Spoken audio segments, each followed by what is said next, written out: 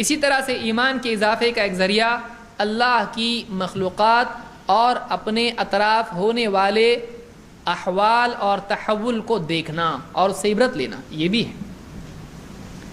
ایک آدمی آسمان و زمین میں غور کرے، سورج اتنا بڑا، زمین سے اتنا لاکھ گنا بڑا، اور اتنے سارے ستارے آسمان میں، اور زمین اور چاند اور سورج، رات دن، پیڑ پودے، ہوائیں، بارش، زمین سے اناج اگ رہا ہے، پھل اگ رہا ہے، ایک بارش ہے، ایک زمین ہے، لیکن ان دو چیزوں سے کیا ہوتا ہے؟ اوپر سے آیا پانی، نیچے سے نکلا پھل۔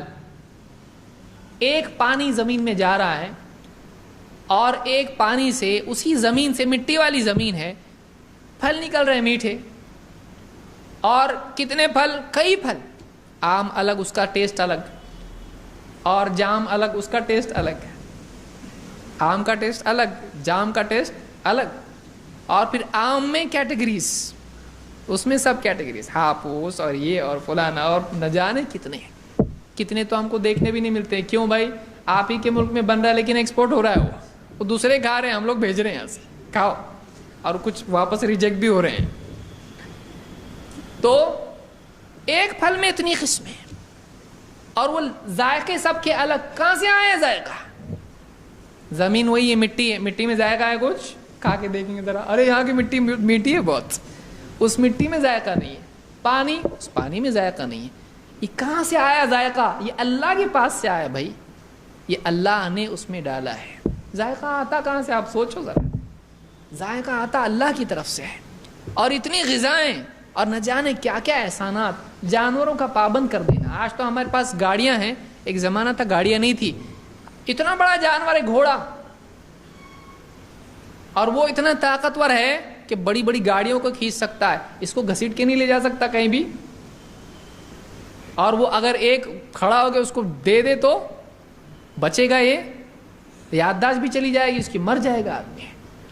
لیکن اتنا بڑا جانور، ایک چھوٹا بچہ رسی پکڑ کے، اتنا بڑا اونٹ ہے، چاہے تو اس کی کھوپڑی پکڑ لے، لیکن وہ اونٹ رسی پکڑ کے بچہ لے جاتا ہے، اس کے پیچھے پیچھے جاتا ہے۔ کون تابع کیا اس کو؟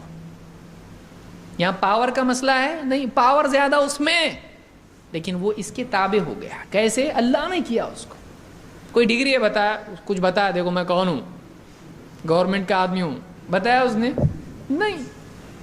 وہ جانور کچھ بھی جانتا نہیں، وہ اس کی فطرت میں اللہ نے ڈالا ہے، کیونکہ اس کو ضرورت پڑے گی، اللہ نے اس کا تابع کر دیا، اس کو سواری کی ضرورت ہے، گائے دودھ دے رہی برابر، ورنہ کچھ بھی ہو سکتا ہے۔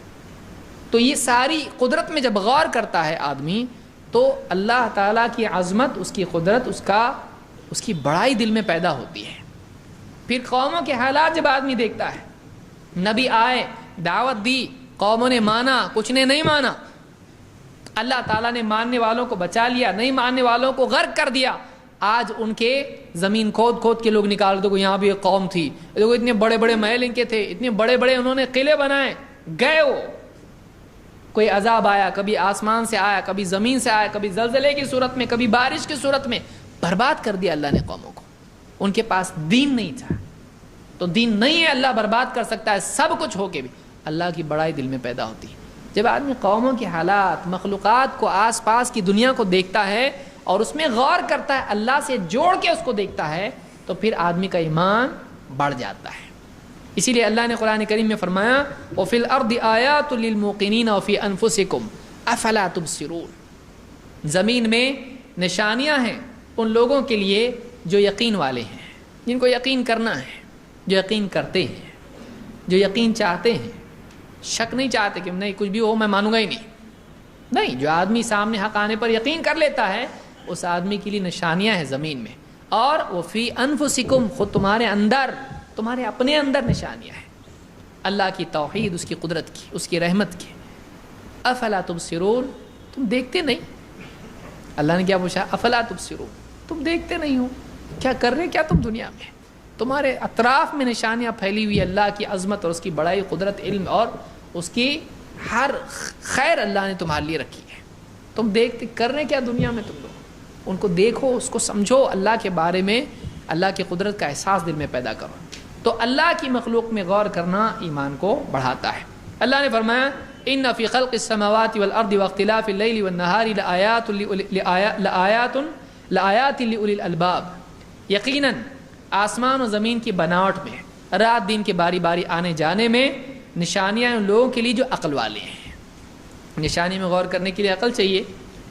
الذین یذکرون اللہ قیاما وقعودا وعلی جنوبہم، یہ وہ لوگ ہیں جو اللہ کو یاد کرتے ہیں کھڑے بیٹھے اپنی کروٹوں پر، اور وَيَتَفَكَّرُونَ فِي خَلْقِ السَّمَاوَاتِ وَالْأَرْضِ، اور آسمانوں اور زمین کی بناوٹ میں غور کرتے ہیں، اور کیا کہتے ہیں؟